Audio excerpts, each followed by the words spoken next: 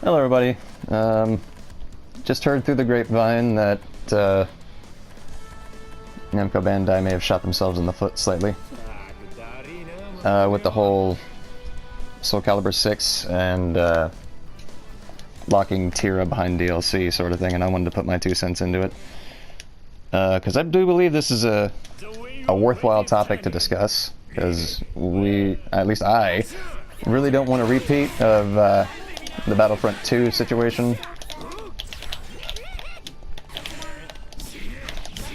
And even though this sort of thing has already become like normalized slightly, which is a sad thing to think about, I do want to say it's probably not as big as a deal as some people are making it out to be. Like, I don't think, I mean, even if it is Namco Bandai, you know, the same company that makes the Tales of games, and they like to sell pay-to-win DLC for those games.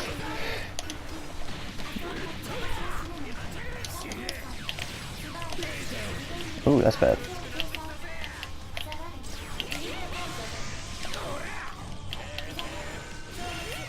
But the main thing I wanted to talk about is the fact that it's, at least what bothered me about it is the fact that it's a character that has been in the series since like 2005. Like, she was first premiered in Soul Calibur 3, I think. Yeah, unfortunately, I'm not a aficionado of Namco Bandai games, besides Tales of Grace is the only game I put into any time into. But I can say, as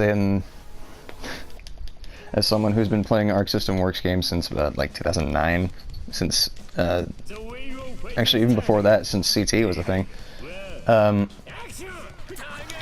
I can say that we've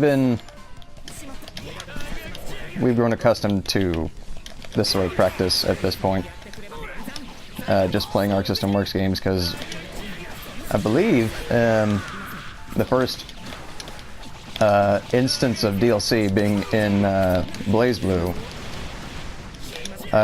don't believe it was in Calamity Trigger. I think it was Continuum Shift, because the first thing I remember was when they announced Valkenhayn, Makoto, and Platinum into the roster. They were gated behind DLC, and they were like ridiculous amount of money, like $7.99 each, and that's before tax. Like, that was before tax was even on the PlayStation Store, so that's a lot of money. And the unfortunate thing with fighting games being a DLC market is that you have to devote a shit ton of time into the fighting game, and you need to practice all sorts of matchups, and not being able to fight a certain character because you have to buy them just to even add them to your like training mode roster, just to have them be your sandbag essentially, or even versus them in modes outside of story mode in most fighting games. Like Street Fighter V, I think, was the biggest offender of the whole DLC thing as far as fighting games are concerned. If we're excluding the Street Fighter Cross Tekken thing with the hidden, there's like DLC codes being actually on the disc. I remember that pissed everybody off. And then, of course, recently, I was just discussing Arc System Works DLC practices. The one that just came and went with BlazBlue Cross Tag Battle. When they announced, like back before the release date was even announced, they had stated that more than 50%, or actually, sorry, exactly 50% of the roster would be in DLC. And what blew my mind about that is, like, it actually, like, that was the one thing that I didn't want to buy the game for, because that's just a lot of money. And I didn't want to spend $20 just to have the ability to learn all those matchups and combo routes and have to train with all those characters if I had to pay like a lump sum just to even have them on my game.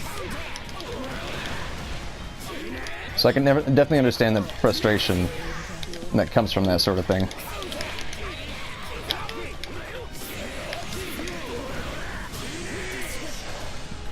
But, I don't know. Like I said earlier, what bothers me most about it is the fact that Tira's been in the Soul Calibur games since, like, 3, I think was when she was announced. And, you know, you have all these Tira mains out there who probably, it's definitely likely that some of them don't even play any other character except for Tira for whatever reasons that justifies that. Maybe, you know, just it's a playstyle that works for them. Maybe none of the other characters were working.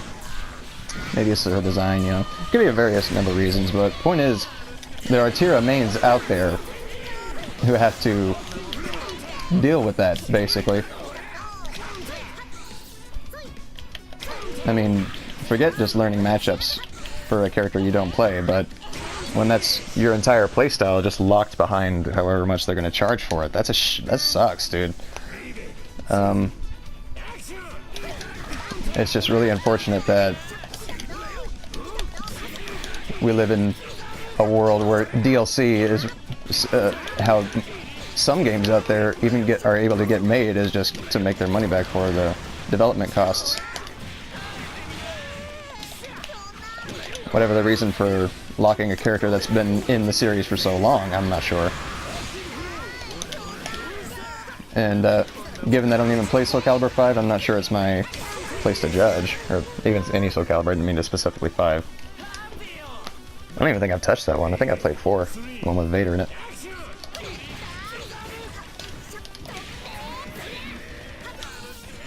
But at the same time, I don't know, it's the sort of thing that I just expect at this point. Especially since a lot of the games I've been playing recently feel like they were shoved out a little too fast. Dissidia Final Fantasy is another example of that.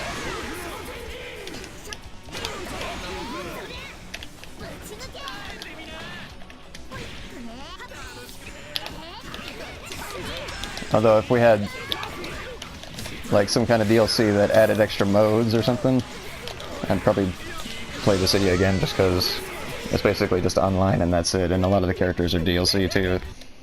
Not many at this point, but at least 6, I think is what the Season Pass said. But yeah, this is definitely a topic that I consider worth talking about, especially considering, like I mentioned before, how many Tira mains out there are probably not going to buy the game because the only character they presumably play is just gone.